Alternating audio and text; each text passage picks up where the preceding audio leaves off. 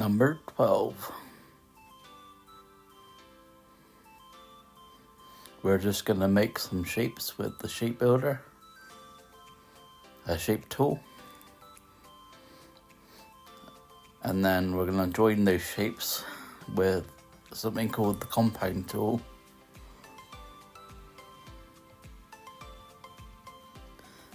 This is a non-destructive way of joining shapes, like add, but non-destructive.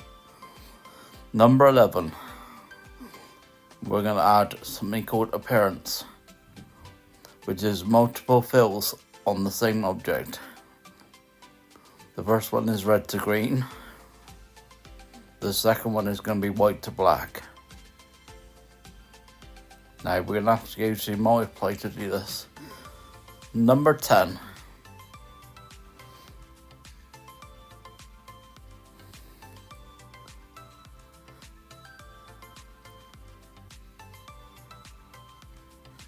We're using the compound tool now on the group that we just made, the compound. And as you can see, it makes it little drips like going out the edge. It kind of like joins it together. It's like a really cool effect. You can add other shapes to this as long as you drop it within that compound.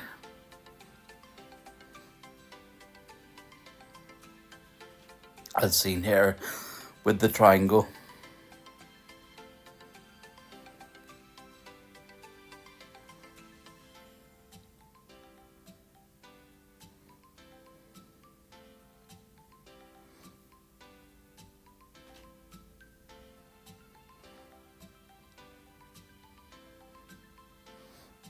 Number 9.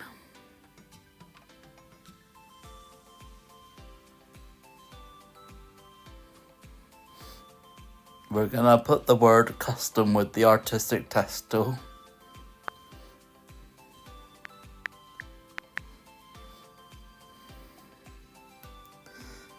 And we're going to convert this to curves.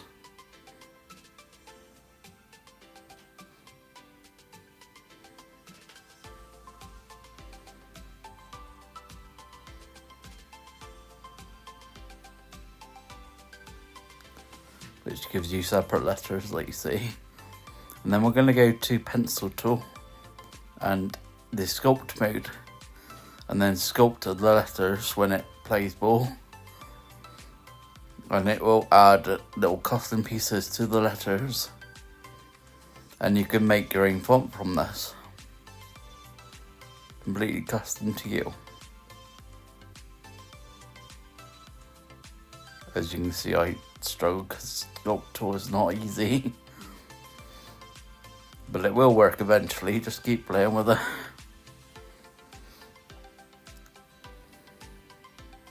I do the same on each letter until we have the full lot all customed.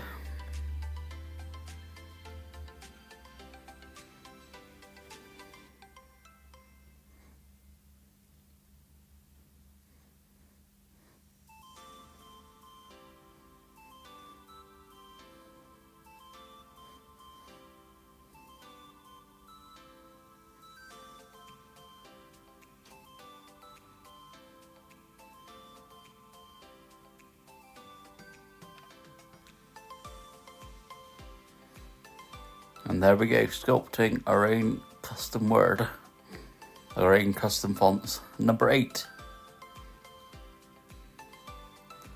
I'm going to use that custom font now to make it warped. I use a guide to do this. I quickly make one with the pen tool. You'll see it in red. And now you can go to the group panel and change it to group warp, and then change the nodes to match the shape that we made.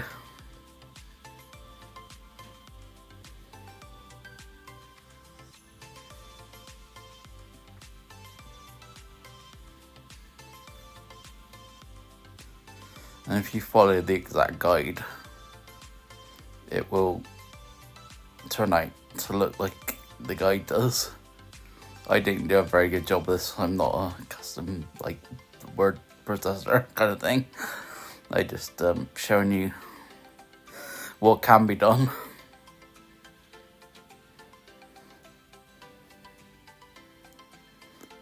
So that is the warp mesh.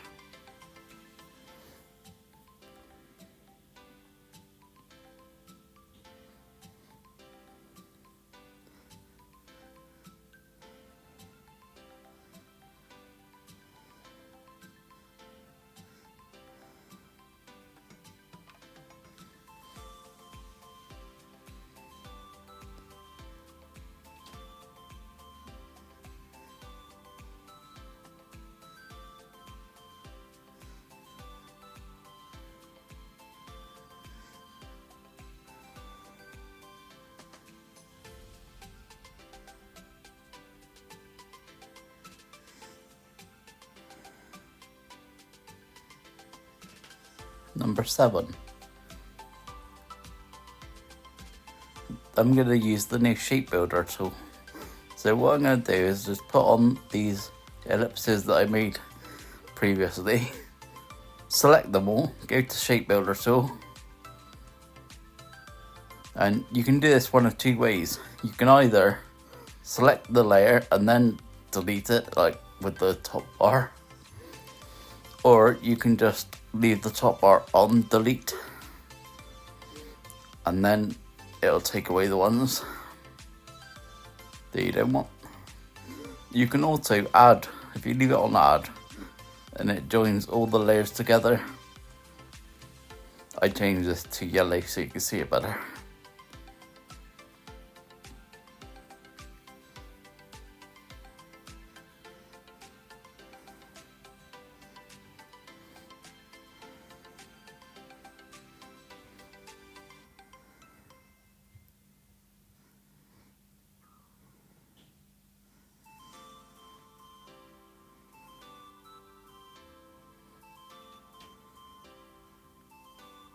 Number 6.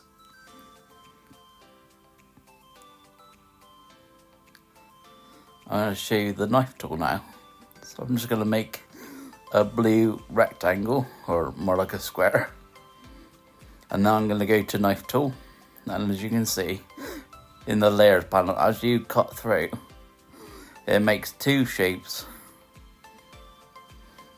And you can separate them as shown. But then if you leave it selected on one and use the knife tool again, you can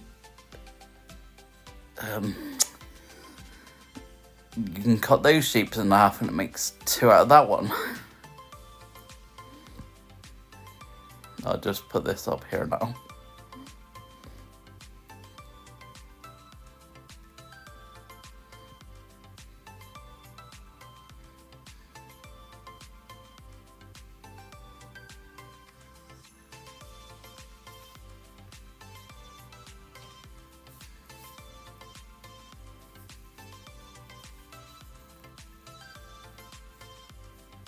Number 5.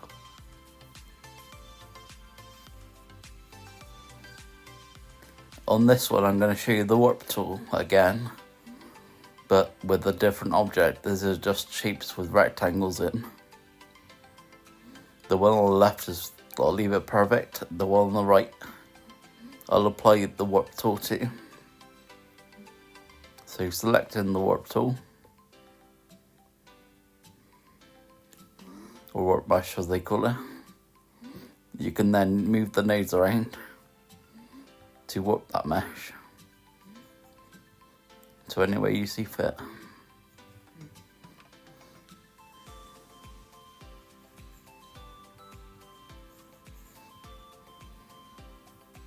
It being lines like that, it really exaggerates the effect.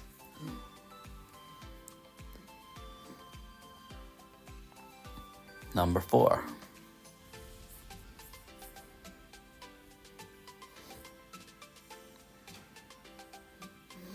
I'm going to show you the other type to work now. So I'm just going to write custom again in the artistic text tool. Bam!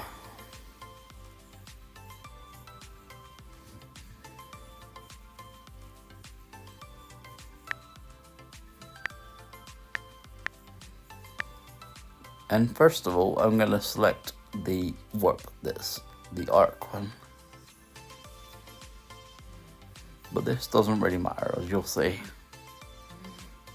You can use the slider on the side to make this whatever shape you want. But on the top bar, if you click the menu, it'll go to the next one. That's using a different warp now. And then it'll just keep using the next one, the next one.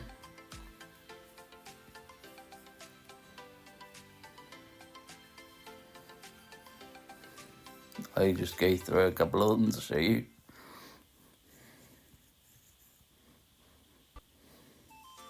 But you can constantly use the slider on the side to warp this how you like. Or you can use the nodes if you like.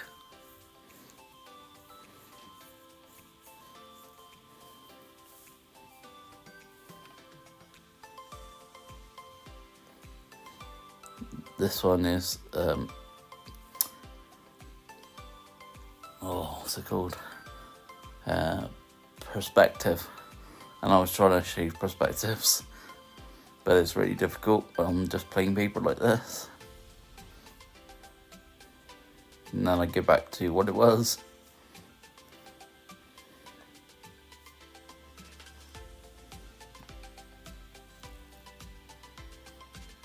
Number 3.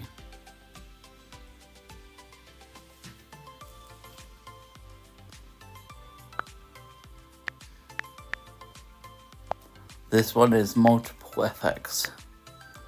So I'm going to write the word literally multiple effects and then show you.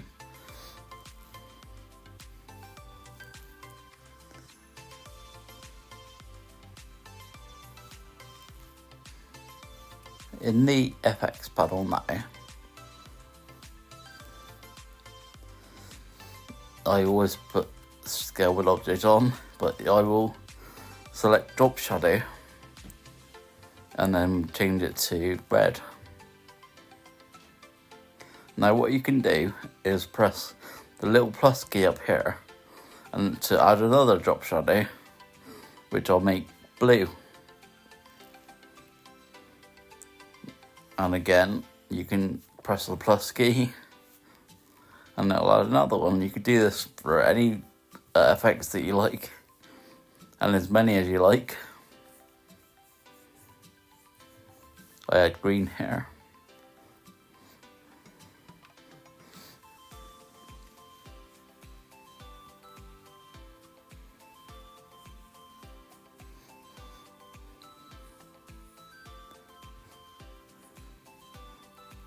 Number 2.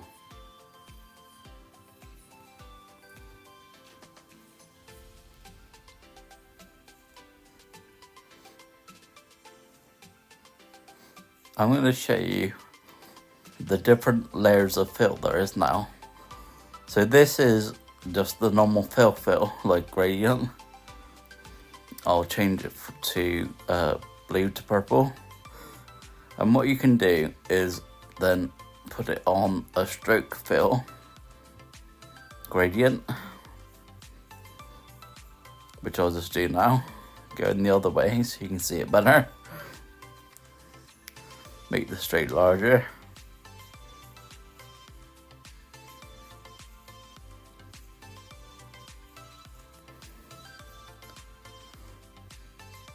Now up the top there is two menus, and it's the one on the right to do the stroke fill. And again I'll change these to blue purple so we can see.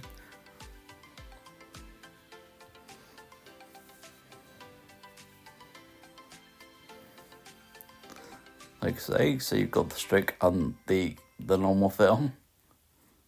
But what they've added in version 2 is another way of doing it, which is called the outline. and you can put a gradient fill on the outline now. So I'll change this one to purple blue so you can see what the outcome is.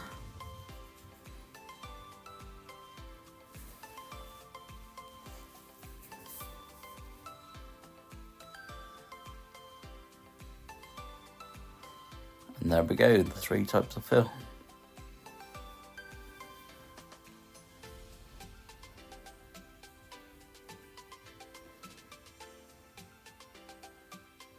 Number 1.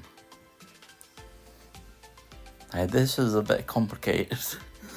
I'm going to use the shape builder tool again here, but I'm going to create lots of different donuts. A bit like the Audi car. So I'll just select some colours now. And I'll just put the fill as white and the stroke as blue, I think.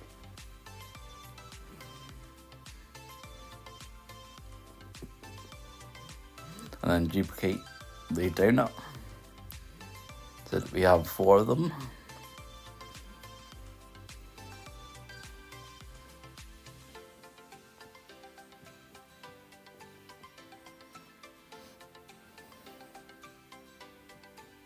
Using power duplicate. So we have 4.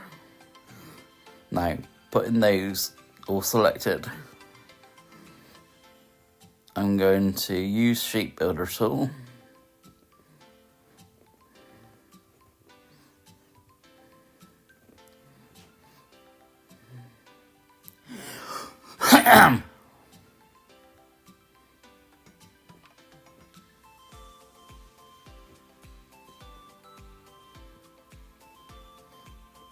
And then depending on where you drag this, it'll go that line over the other one, which you'll see in a sec. So I just drag a few of these lines like so, and then press add, but you can press those 2 little things on the end, which will delete the lines, which I should have done, and I didn't. So, making sure all those are selected now, which is just one shape, you can now go into add all the Boolean options and go divide. This separates them all back into separate shapes so that we can colour them. And there's all the separate shapes. And then what you do, you just select each one and link up the colours, which I do now. Like I make this bit, I think, green.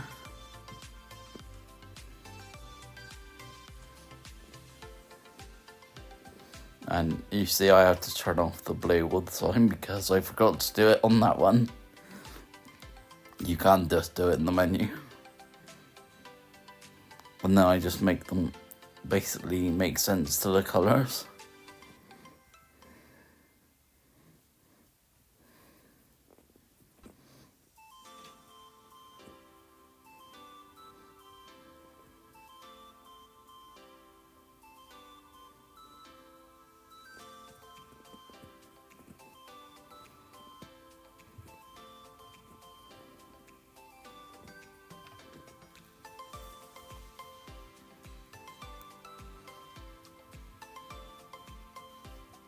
This takes a little while.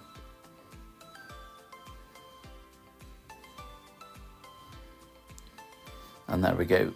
It's kind of like Olympic rings, but the idea is they're all linked. Can you see? They're like above and below of each other, which obviously used to be impossible. But now with Shape Builder tool, that's possible. Technically that should be it, because that's 12. But now we're going to have a bonus. Can you see all the folders are just folders? And it's very hard to see what's what. In this little 3-line menu at the top, there's something called Show Group Thumbnails. And that'll tell you what's in each group, like it used to on version 1. And now we're going to have the extra bonus. And that is only just recently they've added back the trash can, the delete key, which is in that bottom corner. If you swipe up from the X, which I have trouble doing here. But yeah, you select the item you want, and then it'll show you the bin. And you just let go and it just deletes it.